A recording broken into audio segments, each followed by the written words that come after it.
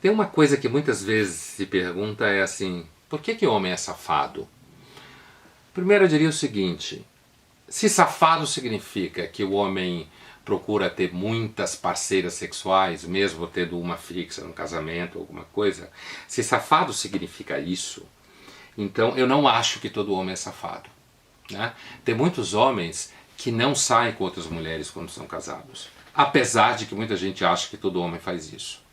Agora, eu acho que existe sim uma espécie de marketing que às vezes muitos homens gostam de passar, de que ele, na verdade, tem muitas amantes, homem é muito mentiroso, principalmente quando está entre amigos, né?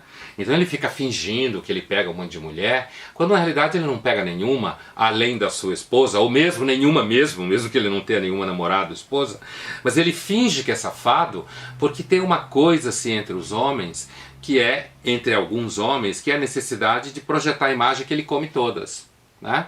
Porque por isso a gente sabe que o homem é tagarela, né? E porque assim ele passaria a imagem que ele está ótimo e tal. Agora, não resta dúvida que do ponto de vista biológico, o sexo para o homem sempre foi barato. Barato em que sentido? Quando o homem e uma mulher transam, o risco da gravidez é tudo dela. É ela que pode ficar grávida. O homem, ele pode fazer sexo em meio minuto, levantar e ir embora. É evidente que isso tem um impacto no comportamento dentro da espécie. As mulheres tendem a ser mais seletivas porque elas são inteligentes e sabem que sexo custa caro para elas. Os homens tendem a ser menos seletivos porque os homens sabem que o sexo é barato para eles. Não é uma questão que o homem quer transar mais e mulher quer transar menos.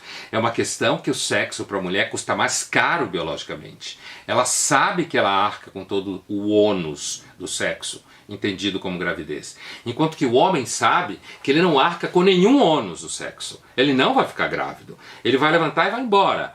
E isso pode, como alguns darwinistas afirmam, isso pode fazer com que os homens tenham acabado se tornando menos seletivo do que as mulheres. Observe que quando você começa a ter métodos contraceptivos fortes, as mulheres começam a ser menos seletivas. Ou mesmo antes de métodos contraceptivos fortes, as mulheres faziam sexo oral e faziam sexo anal porque não engravidavam, né? Depois do método contraceptivo, o sexo anal virou uma coisa quase metafísica, uma prova de amor muito profunda. Antes da liberação sexual por conta da pílula, as mulheres faziam muito mais sexo anal do que hoje. Então, o que é importante perceber é que essa tal safadeza dos homens, que não é todos os homens que saem transando com todas as mulheres, muitos querem, mas têm medo, são inseguros, pode ter uma âncora numa experiência ancestral da espécie, do fato de que para o homem o desejo sempre esteve mais livre e com menos preocupação, enquanto que a mulher foi obrigada a usar da sua inteligência para perceber que ela devia ser mais seletiva no ato sexual. Agora veja bem, é claro que existe uma coisa de que o homem ele seria mais sem vergonha, ele seria mais descarado. Agora veja bem, preste bem atenção. Às vezes o cara está fazendo isso só porque ele está querendo passar para você a imagem que ele é muito macho, né? Na verdade ele não está necessariamente fazendo isso. É só porque ele está querendo passar a imagem que ele é muito macho. Agora, tem uma coisa que é a seguinte: com o passar dos anos, quando as mulheres entram, por exemplo, na menopausa, muitas mulheres diminuem o desejo sexual. Por isso tem reposição hormonal, tem tratamentos, mas que nem todas podem fazer. Os homens, o desejo sexual nos homens permanece durante mais tempo na idade. Isso pode fazer com que, num casamento em que a mulher já está menopausada, como se fala em medicina, que esse homem acabe, em algum momento, se ele tiver bastante libido, porque a libido varia, tem homens que têm mais libido do que outros, que ele possa vir então procurar mulheres, normalmente mais jovens, porque ele não consegue realizar o desejo dele, a não ser que ele fique se masturbando o resto da vida.